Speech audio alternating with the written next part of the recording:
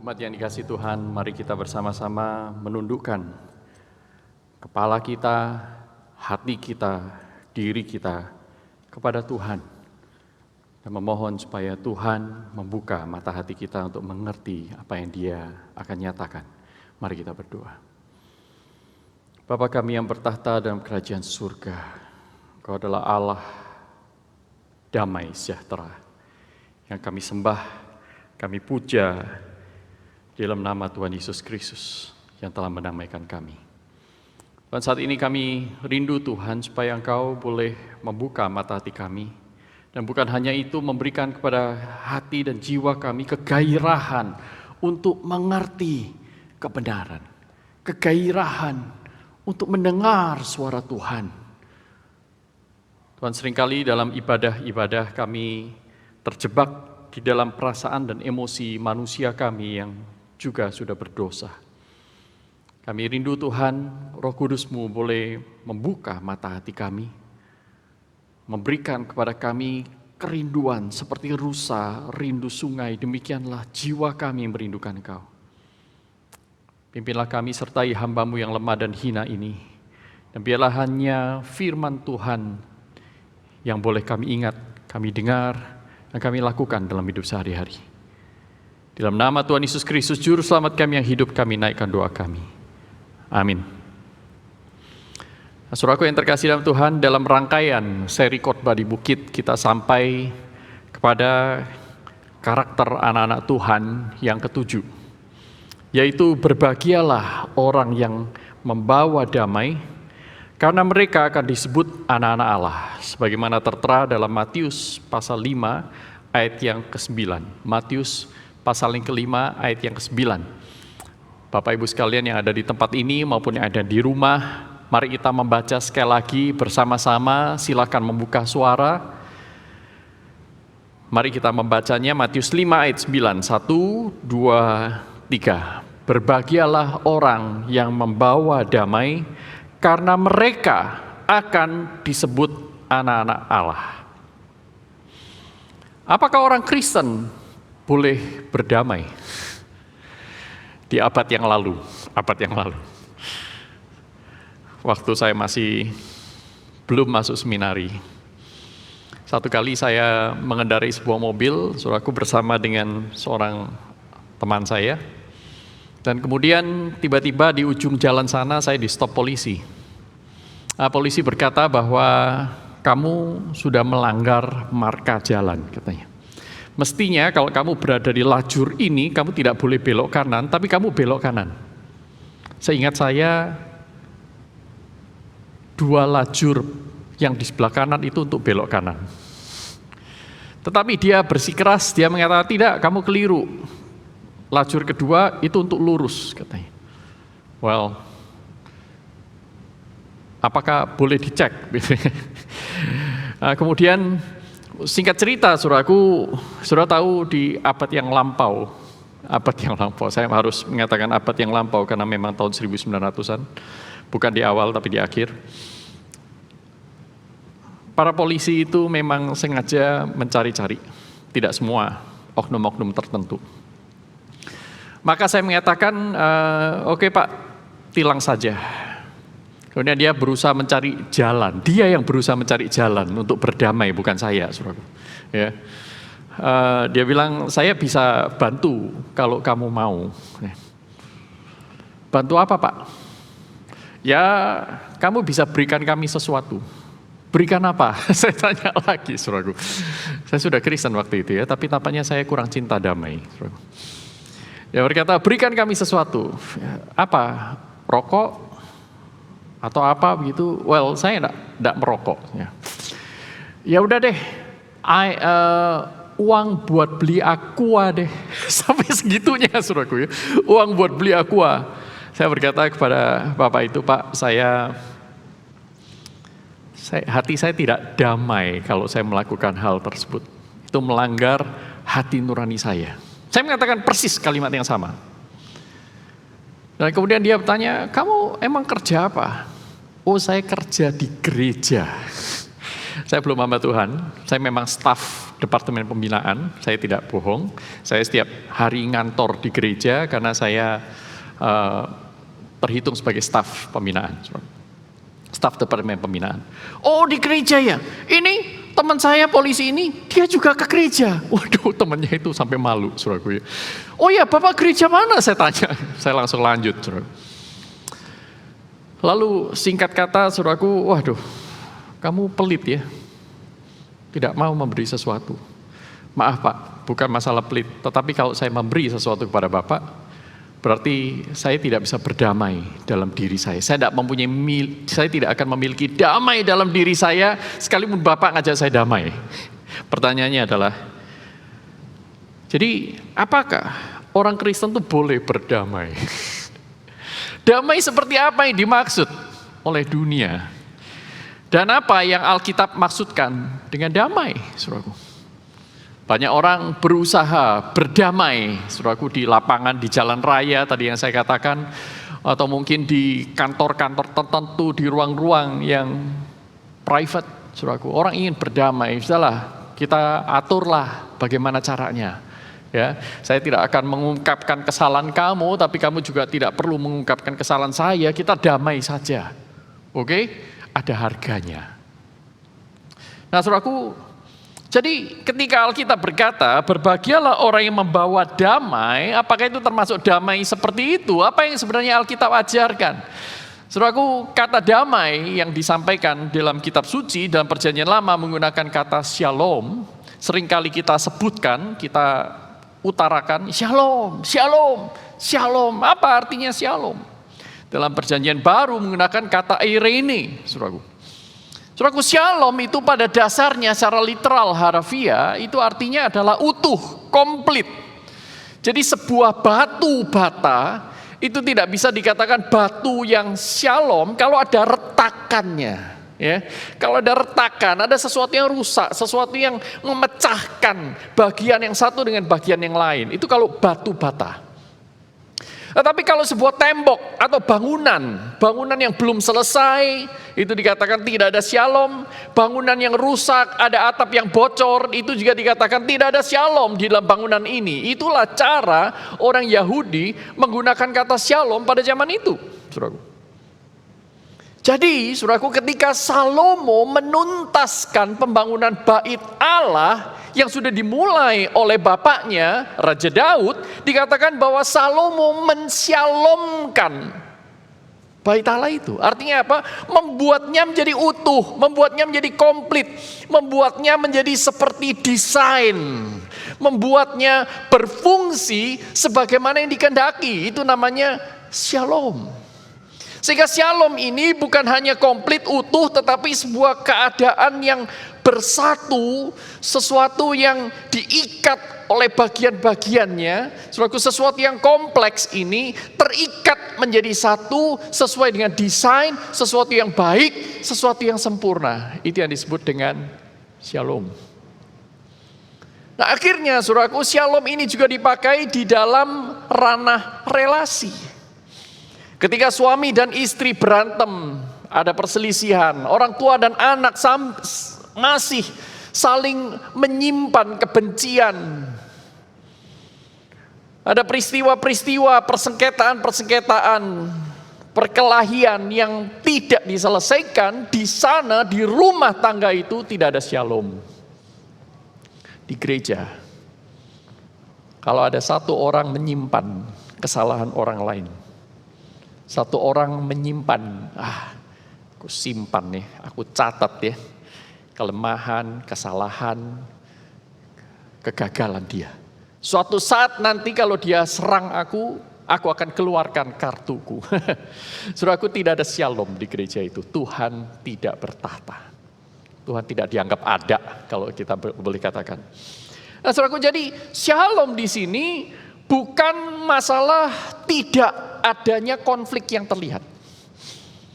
Shalom tidak sama dengan gencatan senjata. Oh, kita sekarang damai, artinya apa? Tidak ada perang. Tidak ada perang belum tentu ada damai.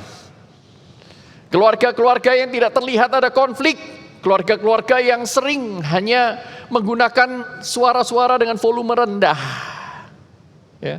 Tidak ada. Saya pernah ke rumah itu ya, mereka tidak pernah saling membentak satu dengan yang lain. Oh, di sana itu tenang. Shalom tidak sama dengan tenang. Sekalipun shalom bisa saja tenang.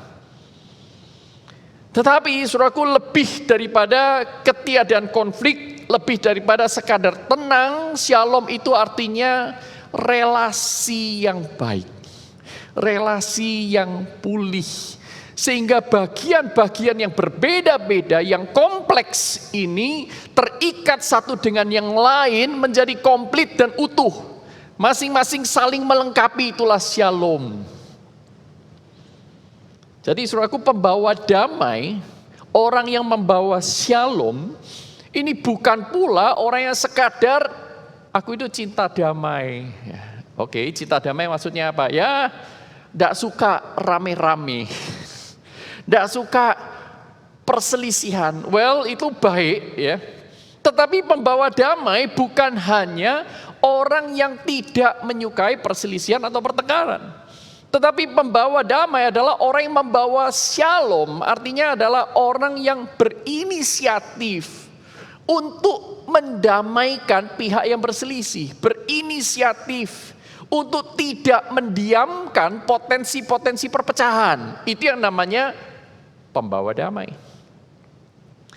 Jadi pembawa damai ini bukan orang yang semata-mata menghindari konflik, bahkan dengan alasan kompromi terhadap dosa dan ketidakbenaran. Saudaraku, itulah sebabnya tadi kita membaca satu bagian dalam ibadah ini.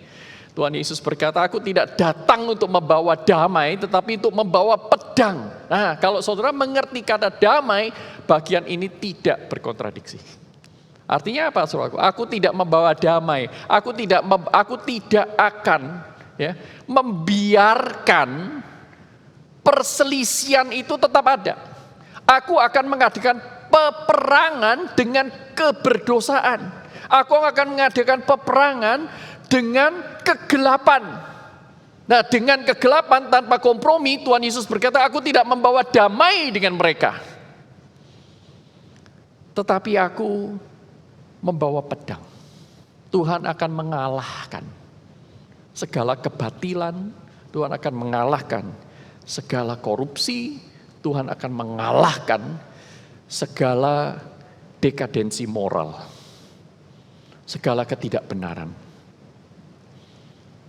Dan Tuhan sendiri, Tuhan Yesus akan mempersatukan manusia yang berdosa dengan Allah. Tetapi bukan dosa itu dijadikan selama-lamanya bagian dari satu bangunan dunia yang utuh dan komplit milik Allah.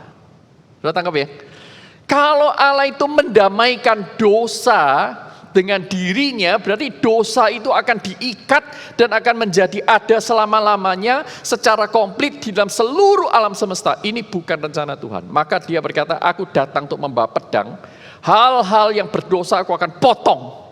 Hal-hal yang berdosa aku akan tekan habis. Hal-hal yang berdosa akan aku sucikan. Hanya hal-hal yang suci yang akan menjadi bagian dari kerajaan Allah, alam semesta yang komplit dan utuh. Tetapi Allah mendamaikan manusia yang berdosa, bukan berkompromi dengan dosa. Saudaraku, inilah dimaksud dengan pembawa damai. Tetapi yang menarik dalam Matius 5 ayat 9 ini dikatakan bahwa berbahagialah mereka yang membawa damai, karena mereka akan disebut sebagai anak-anak Allah. Jadi membawa damai sekarang dikaitkan dengan satu bagian di dalam iman kita, yaitu identitas sebagai anak-anak Allah. Membawa damai ini menjadi satu fitur, jadi satu karakteristik sekarang ini, saudaraku, di dalam covenant atau ikatan perjanjian antara Allah dengan manusia yang berdosa, yaitu sebagai anak-anak Allah. Pertanyaannya adalah, mengapa anak-anak Allah harus, atau mengapa anak-anak Allah di dalam hidupnya akan membawa damai? Mengapa? Saudaraku, minimal ada empat catatan. Secara singkat, saudaraku. Yang pertama, Mengapa pembawa damai disebut sebagai anak-anak Allah? Karena Allah sendiri adalah Allah damai sejahtera. Saudara bisa membaca dalam Ibrani pasal 13 ayat 20. Ia adalah Allah damai sejahtera. Ia adalah sang damai. Tidak ada damai yang sejati di luar Dia. Dia adalah sang sumber damai itu. Dan Kristus disebutkan dalam Yesaya pasal 9 ayat 5 sampai 6. Akan lahir seorang anak manusia untuk kita. Dia akan disebut sebagai apa? Allah yang perkasa, penasihat ajaib, Bapa yang kekal, dan Raja damai. Dia adalah sang damai, dia adalah sang pendamai yang agung. Dia yang akan membuat segala sesuatu menjadi komplit dan utuh. Dia akan mendatangkan shalom di dalam seluruh alam semesta yang untuk sementara masih ada dosanya. Untuk sementara. Tetapi suatu saat semuanya akan dimurnikan, disucikan. Yang kedua, saudaraku, mengapa pembawa damai disebut anak-anak Allah? Kedua, karena Allah sebenarnya sudah memperdamaikan orang-orang berdosa, saudara dan saya umat pilihan, itu dengan Allah sang pembawa damai itu, Allah sang damai, melalui Yesus Kristus. Lewat penebusannya. Saudaraku, ada beberapa ayat, tetapi saya hanya akan membaca dari Kolose pasal 1, Kolose pasal 1 ayat 19 sampai 20. Kolose pasal 1 ayat 19 sampai 20, demikian bunyi firman Tuhan. Saya mulai dari ayat 18 ya. Ya, Kolose 1 ayat 19 sampai 20. Karena seluruh kepenuhan Allah berkenan diam di dalam Dia, yaitu Kristus, dan oleh Dialah Ia memperdamaikan segala sesuatu dengan dirinya, baik yang ada di bumi maupun yang ada di surga, sesudah Ia mengadakan pendamaian oleh darah salib Kristus. Jadi, saudaraku, Kristus rela mati di kayu salib supaya dosa-dosa kita dituntaskan oleh Allah, dikalahkan, maut dihancurkan di dalam salib, di dalam penebusan yang dilakukan oleh Kristus. Itu sebabnya Dia adalah sang anak domba Allah yang menghapus dosa dunia. Supaya apa? Supaya saudara dan saya sekarang bisa menghadap kepada Allah dan kita menjadi orang yang dibenarkan. Bukan karena kita orang benar, tetapi kita dibenarkan karena kita ada di dalam Kristus. Ketika Allah melihat kita, Dia melihat kita melalui Kristus. Kita adalah anak-anak Allah, artinya kita diperanakkan ulang, kita dilahirbarukan, kita dibersihkan, relasi kita dipulihkan melalui Kristus. Yang ketiga, saudaraku, mengapa pembawa damai disebut sebagai anak-anak Allah? Karena Allah lewat Kristus memberikan damainya sekarang kepada kita. Sehingga tidak mungkin anak-anak Allah tidak membawa damai. Itulah sebabnya kalau ada orang membawa damai, dia boleh disebut sebagai anak-anak Allah. Karena tidak ada anak-anak dunia, anak-anak kegelapan, anak-anak di luar anak-anak Allah yang bisa membawa damai, melakukan pekerjaan seperti yang Kristus kerjakan, kecuali Kristus memberikan damainya kepada mereka. Saudara dan saya tidak bisa memberikan apa yang saudara dan saya tidak miliki. Kita tidak bisa memberi apa yang kita tidak miliki. Kita hanya bisa memberi apa yang kita miliki. Saudara ingin membawa damai, saudara harus punya damai dulu, betul? Kalau saudara tidak punya damai, apa yang saudara berikan? Ngomong tok, tidak cukup. Kristus berkata dalam Yohanes 14 ayat 27. Yohanes 14 ayat 27 berkata demikian. Damai sejahtera ku tinggalkan bagimu.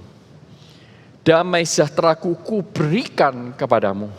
Dan apa yang kuberikan tidak seperti yang diberikan oleh dunia kepadamu.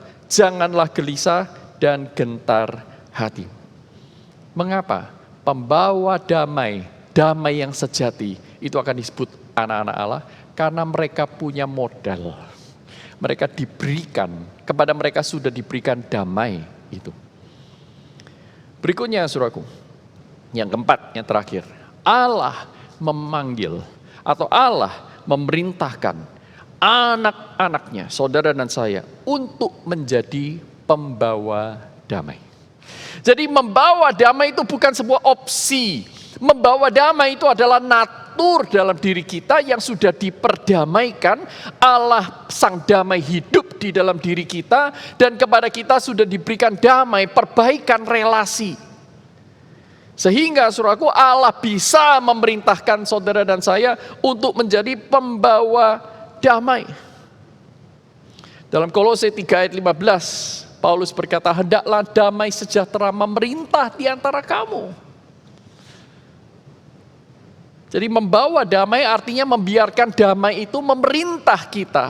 Membiarkan damai itu memenuhi relasi satu dengan yang lain. Di bagian yang lain, Paulus berkata bahwa hendaklah kamu dipersatukan satu dengan yang lain dengan ikatan damai sejahtera. Itu yang dimaksud. Ikatan damai sejahtera. Satu tubuh, satu Tuhan, satu kepala, satu baptisan. Semuanya itu diikat lewat apa? Satu damai sejahtera. Ikatan damai sejahtera. Apa ini maksud? Damai sejahtera itu adalah relasi kita yang sudah beres dengan Tuhan. Itu akan mengikat kita satu dengan yang lain, dengan orang lain. Saudaraku, kira-kira 2 hari yang lalu, Indonesia baru saja kehilangan seorang anak Tuhan yang sudah berkontribusi terhadap bangsa dan negara begitu hebat. Yaitu Bapak Dr. Andes Kresnayana Yahya, kalau saudara tahu. Di dalam salah satu kesaksian yang disampaikan oleh salah seorang rekan pelayanan, rekan kerja, mereka memberikan kesan tentang Pak Kresna ini, sebutan akrabnya. Karena Pak Kresna ini adalah orang yang sudah beres dengan dirinya. Maka dia itu orang yang cinta damai. Bukan cuma cinta damai, dia pembawa damai. Dia sudah beres dengan dirinya, dia tidak ada rasa iri dengan orang lain, dia tidak ada hal yang harus dipertahankan. Hidupnya adalah membagi. Kalau orang minta dia, boleh enggak saya minta data ini dan ini, langsung diberikan. Tidak ada sesuatu untuk dia simpan, dia memberi, memberi dan memberi. Mengapa? Karena dia beres dengan dirinya. Dia berdamai dengan Allah, dia berdamai dengan dirinya, dengan masa lalunya mungkin saya tidak tahu. Tapi akhirnya itu menolong dia untuk bisa menjadi pembawa damai kepada orang lain. Banyak hidup menjadi lebih utuh lewat pelayanan beliau. Baik di gereja, di keluarga, rumah tangga, maupun di tengah-tengah masyarakat. Beliau adalah salah satu dari beberapa sedikit orang yang menjadi orang-orang kunci bagi kebijakan-kebijakan yang dibuat oleh Bu Risma ketika beliau masih menjadi wali kota di Surabaya. Bayangin, Saudara melihat kota Surabaya bertumbuh begitu rupa. Baik sekali. Nah, saudaraku yang terkasih dalam Tuhan, apa yang kita pelajari dari mengapa pembawa damai disebut sebagai anak-anak Allah? Saudaraku, di sini kita melihat beberapa pelajaran teologis yang penting. Yang pertama yaitu manusia dicipta itu menurut gambar dan rupa Allah. Itulah sebabnya seseorang yang dilahirbarukan menjadi anak-anak Allah, dia akan menyatakan siapa Allah. Dia akan menyatakan Allah seperti apa yang dia percaya dan imani. Kalau Allah itu adalah Allah sang damai, maka hidupnya bukan hanya dipenuhi oleh damai, tapi penuh yang melimpah ruah, membagikan damai secara aktif kepada orang-orang di sekitar. Ketika manusia jatuh dalam dosa, gambar dan rupa Allah ini bengkok. Tidak lagi mencerminkan Allah yang damai sejahtera, Allah yang sejati, tetapi Allah buatan manusia sendiri yang maunya dilayani, yang maunya dimengerti tanpa mau mengerti, yang maunya dipuaskan egonya tanpa memikirkan kebutuhan orang lain, mencari keuntungan sendiri, gengsi, tidak lagi suka menjadi pengampun dan penyayang. Ini ilah yang mana? Yang jelas bukan Allah kita. Karena Allah kita adalah Allah yang panjang sabar, penuh kasih sayang, saudaraku.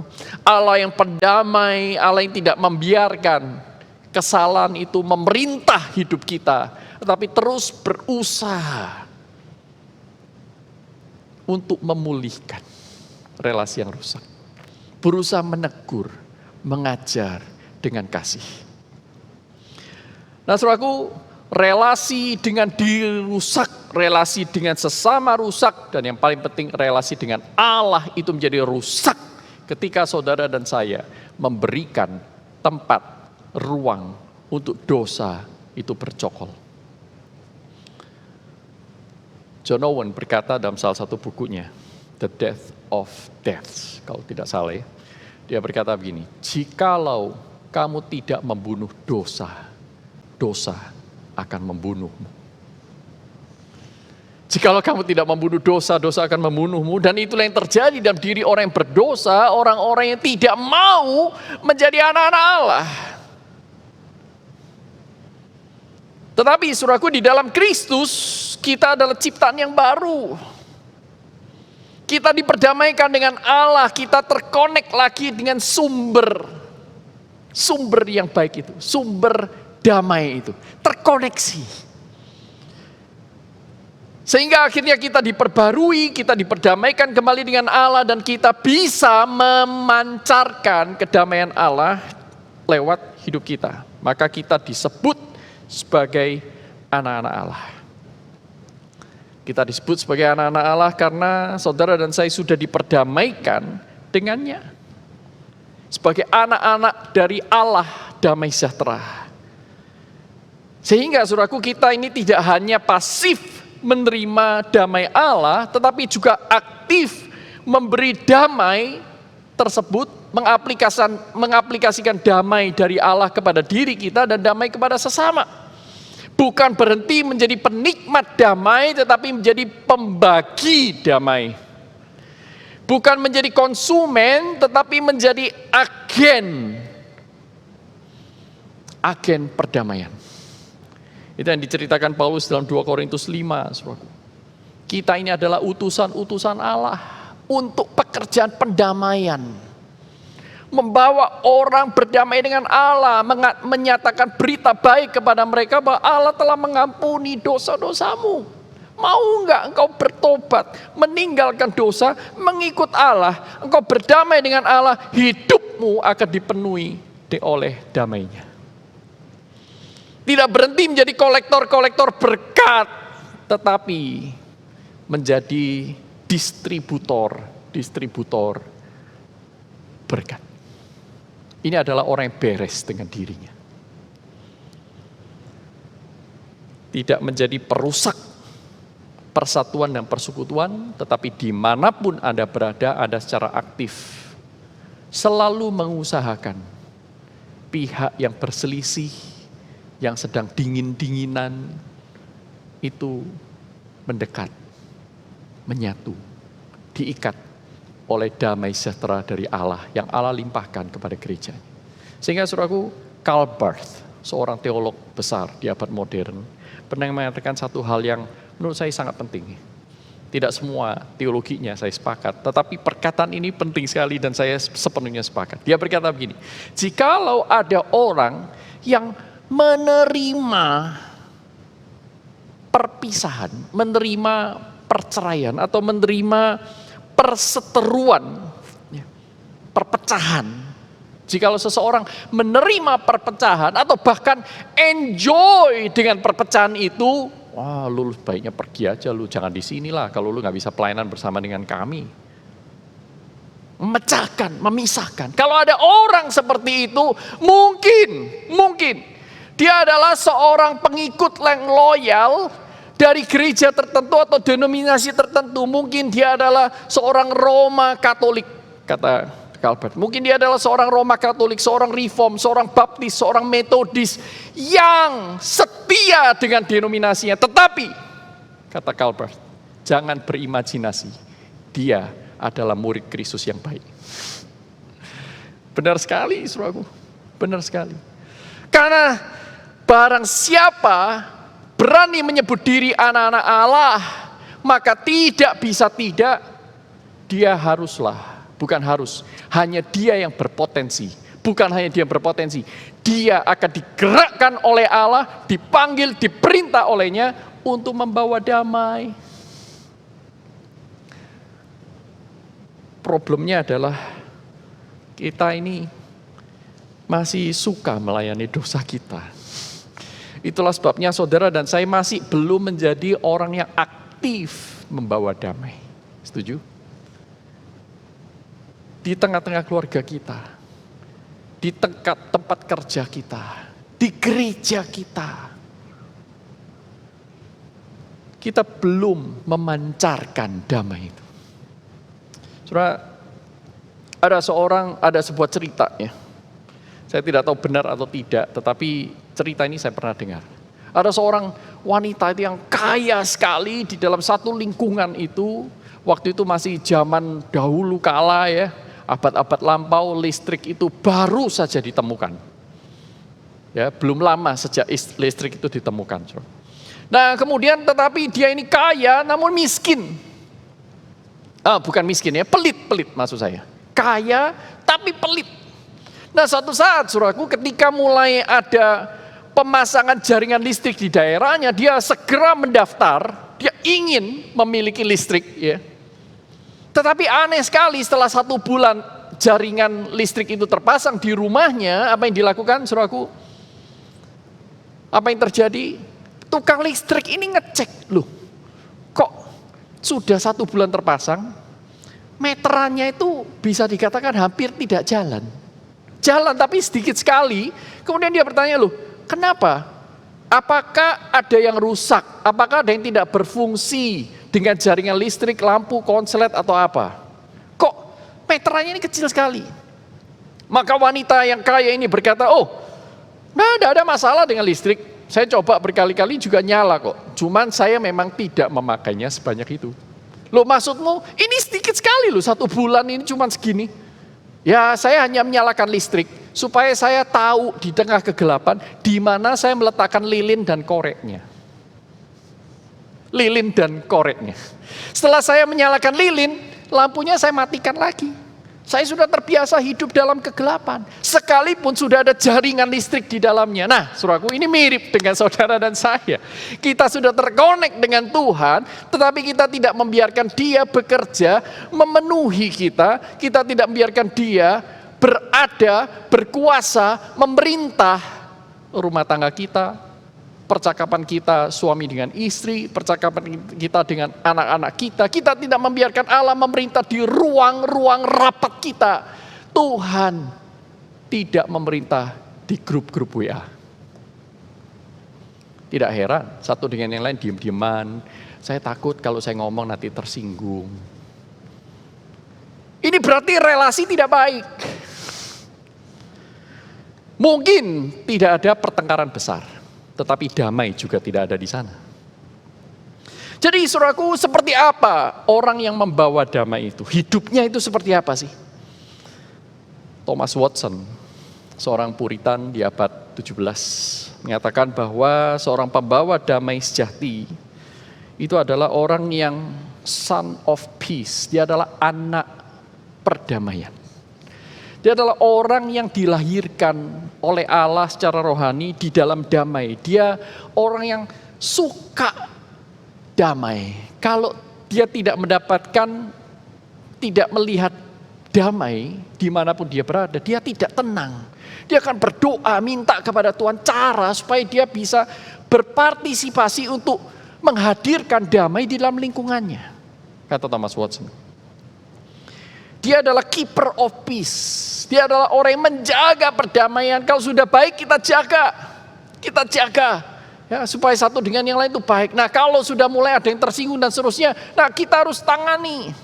Jangan biarkan berlarut-larut berbulan-bulan. Karena apa? Dosa. Atau kerusakan relasi. Yang dibiarkan berbulan-bulan tidak menjadi lebih baik. Justru akan menjadi lebih buruk. Sama seperti jamur menjadi semakin banyak. Sama seperti kebusukan semakin meluas. membuat kita semakin curiga satu dengan yang lain. Itulah sebabnya Tuhan berkata apa? Kalau kamu marah, jangan sampai matahari terbenam. Mengapa? Karena Tuhan tahu, itu akan merusak relasi. Betulinya setengah mati. Satu kali waktu saya masih mahasiswa di kampus, 2 orang terlibat dalam perselisihan. Saya saat itu menjabat sebagai wakil senat, wakil ketua senat. Dan saya mengamati dengan mata kepala saya sendiri ketika 2 orang ini tidak membuka jalur komunikasi, mereka menggunakan jalur komunikasi yang, formal. Si A mengadukan si B kepada dosen lewat surat kaleng. Itu saja sudah menunjukkan tidak benar. Masa sih sama anak-anak Allah nggak bisa ngomong 4 mata? Kecuali saudara sudah curiga dia bukan anak Allah. Dia adalah anak setan. Sehingga saudara tidak bisa ngomong. Nah saudaraku, akhirnya peristiwa itu bereskalasi. Naik. Mulai cari siapa yang menulis surat kaleng ini. Ya. Dia cukup pintar, tidak menggunakan ballpoint. Karena dari tulisannya akan terlihat itu siapa. Dia menggunakan printer. Nah kemudian mulai diselidiki ketahuan, saudaraku. Tetapi bukan masalah ketahuannya, kami sebagai senat harus menjadi pembawa damai. Ngobrol dengan satu, ngobrol dengan yang lain. Mengapa begini, mengapa begitu. Waduh, setengah mati beresinnya.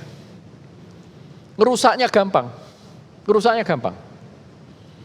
Tetapi itulah yang Allah mau untuk saudara dan saya kerjakan. Karena hanya dengan demikian, saudara bukan menjadi anak-anak dunia. Hanya dengan demikian, saudara menjadi anak-anak Allah. Membawa damai itu tidak gampang, susah. Membawa damai tidak berarti saudara tidak mengalami pertentangan. Apalagi kalau saudara tidak berkompromi terhadap dosa, saudara akan dibenci oleh orang-orang yang membenci damai. Saudara akan dibenci oleh musuh-musuh Allah. Kristus berkata, kalau dunia membenci kamu, jangan heran dan jangan kaget, karena dunia sudah membenci aku lebih dulu. Oke. Tidak mudah menjadi orang seperti itu. Tetapi mulai dari mana? Kalau saudara dan saya mau membawa damai. Saudara mari, saudaraku, pertama-tama kita berdamai dengan Allah terlebih dahulu. Mendekat kepada Allah. Dekat dengan api, saudara menjadi panas, dekat dengan es, saudara menjadi dingin. Kalau saudara tahu semakin menjauh dari Allah itu bukan hal yang baik, membuat keluarga Anda berantakan, membuat perdamaian semu di lingkungan Anda berada. Saudara, mari kita mendekat kepada Tuhan, berdamai dengan Allah, minta ampun kepada Tuhan karena Tuhan sudah memberikan janji bahwa Dia akan mengampuni orang yang mengaku dan bertobat. Berdamai dengan diri sendiri. Jadilah orang yang beres dengan diri kita. Siap membuka lembaran-lembaran baru di mana Allah sekarang memerintah lebih lugas. Bukan membiarkan insting, kemauan, emosi yang berdosa kita mengambil alih hidup kita. Dan akhirnya hidup kita menjadi rusak. Semakin lama semakin jauh satu dengan yang lain. Betapa banyak, saudaraku, rumah tangga yang hancur karena unspoken love. Unspoken love. Kasih yang tidak dikatakan. Betapa banyak anak-anak saat ini mengalami stres karena studi online, sekolah online. Tetapi orang tuanya juga stres, sama-sama stres. Sama-sama jaga image, sama-sama jaim. Jadi gak ada yang ngomong satu dengan yang lain selain komunikasi dengan gadgetnya. Saya kadang-kadang heran. Anak saya kok ngomong sama saya lewat medsos. Waduh, ada yang sesuatu yang keliru ini. Kalau ngirim data sih no problem ya. Link survei orang tua yang harus diisi. Tapi kalau itu terjadi, saya tidak membiarkan itu terjadi. Berarti ini ada sesuatu, saya harus mulai mendekat dengan dia. Saudara, berdamai dengan diri sendiri Kemudian berdamai dengan keluarga Anda. Mulailah, saudara. Coba pikirkan. Kalau Anda pulang rumah hari ini, siapa orang pertama yang saudara akan membawa damai kepadanya? Mempersatukannya mungkin dengan diri Anda. Lebih baik lagi, mungkin nggak sempurna, tapi lebih baik. Dengan cara apa? Melayani, mengasihi. Rangkul dia, genggam tangannya, ajak dia makan makanan enak sesekali. Ambilin dia minum, cucikan baju, sapu dan ngepel. Waduh, tugas saya banyak banget setelah pulang ini, saudara. Lakukan. Dan Anda menjadi pembawa damai. Dan orang tahu Allah hadir di sini. Kepada masyarakat kita, tetangga-tetangga kita, jangan biarkan tembok-tembok itu menghalangi kasih Allah nyampai kepada mereka. Kirimlah GoFood, GrabFood, whatever. Tidak membuat Anda menjadi miskin, tetapi membuat orang yang Anda beri mengalami damai. Sederhana. Saudara tidak akan miskin dengan berbuat baik. Allah malah limpahkan berkatnya kalau Anda berbuat baik. Karena Allah tahu engkau adalah steward yang baik. Engkau adalah penata layan yang setia. Tuhan akan berikan. Saudaraku, Joanna Thomas, saya pernah ceritakan di beberapa khotbah yang lain. Joanna Thomas, waktu itu tahun 2013. Dia mengambil keputusan di hadapan Tuhan. Tuhan, engkau telah merekonsiliasi aku. Engkau telah mendamaikan aku. Dan kami mengalami perdamaian itu di lingkungan ini. Aku ingin membagikan kepada orang-orang yang paling membutuhkan damai. Maka pergilah dia ke Pollsmoor Prison di South Africa. Satu tempat yang paling gelap. Moralitas paling jeblok itu ada di sana, yaitu penjara. Tempat para gangster itu ada di sana, ditahan di sana. Nah, saudaraku, dalam salah satu interview dengan Philip Yancey mengatakan bahwa sebelum Joanna Thomas ada di sana melakukan workshop untuk rekonsiliasi, terjadi selama 1 tahun itu 279 tindakan kekerasan di dalam penjara. Tetapi setelah Joanna Thomas ini melayani di sana, pergi ke tempat yang paling gelap di kota itu, 1 tahun, maka tindakan kekerasan itu drop dari 279 menjadi berapa? Menjadi cuma 2. Maka Philip Yancey ini bertanya, apa yang kamu lakukan di sana? It's so amazing. Apa yang kau lakukan di sana? Maka Joanna Thomas berkata, Tuhan adalah Allah yang damai. Dia merekonsiliasi pihak yang berseteru, mendamaikan dengan dirinya. No. Apa exactly yang kau lakukan di sana? Ya, saudaraku, Joanna Thomas membuat kelompok-kelompok pelatihan, kelompok-kelompok kecil, di mana seseorang itu diajak untuk mengenal masa lalunya, berdamai dengan dirinya, dan kemudian mengenal Tuhan dan seterusnya, saudaraku. Apakah ada resep khusus? Kan banyak orang melayani seolah-olah itu sama ya, di tempat yang lain. Tetapi hasilnya tidak seperti di situ. Apakah ada resep khusus? Kata Philip Yancey mengejar Joanna Thomas.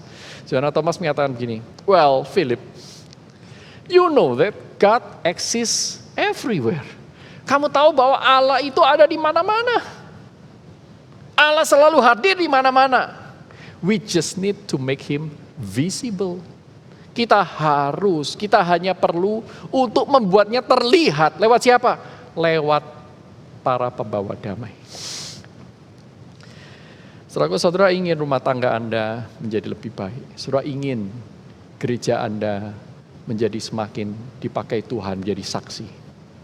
Saudara tidak bisa diam-diaman. Saudara tidak bisa simpan kartu truf kelemahan orang lain. Jadilah pembawa damai. Dan itulah yang Tuhan kehendaki. Jadi pembawa damai tidak selalu menghilangkan konflik. Tetapi saudara akan selalu menghadirkan Allah.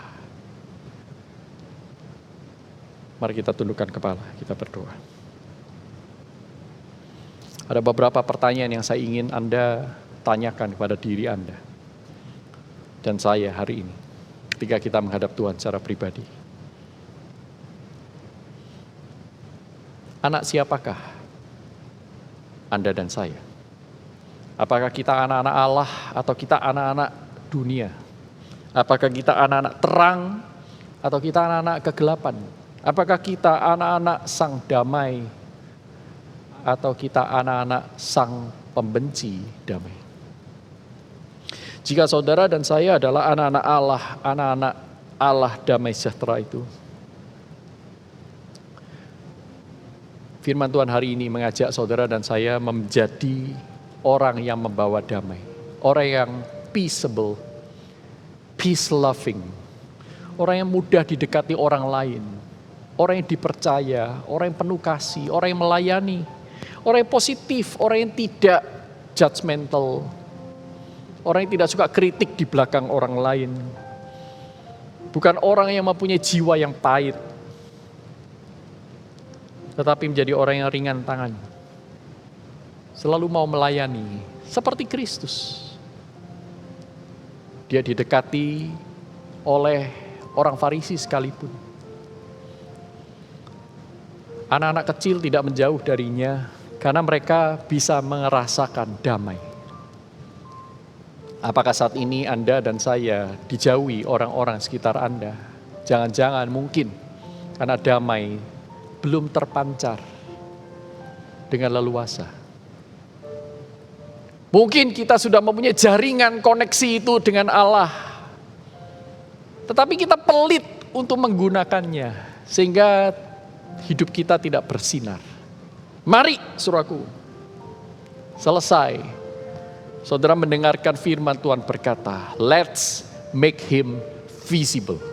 Mari perlihatkan Allah sang damai dimanapun saudara dan saya berada. Mari kita berdoa. Tuhan, inilah kami, orang-orang berdosa. Sekalipun secara akal pikiran kami menyadari bahwa Allah telah mengampuni dosa-dosa kami, tetapi terkungkung oleh perasaan dan struktur jiwa kami yang berdosa, kami masih menyimpan dosa-dosa itu. Bahkan Tuhan, kami harus mengakui kami masih menyukai merendahkan orang lain, ketus menilai orang lain tanpa empati, tidak peduli akan kebutuhan orang lain, selalu ingin dilayani ketimbang melayani, meninggikan diri dan merendahkan rekan. Tuhan, pimpin kami menjadi para pembawa damai mulai hari ini, mulai dari kami mengaku dosa-dosa kami di hadapan Tuhan, bahwa kami belum menjadi pembawa damai yang efektif.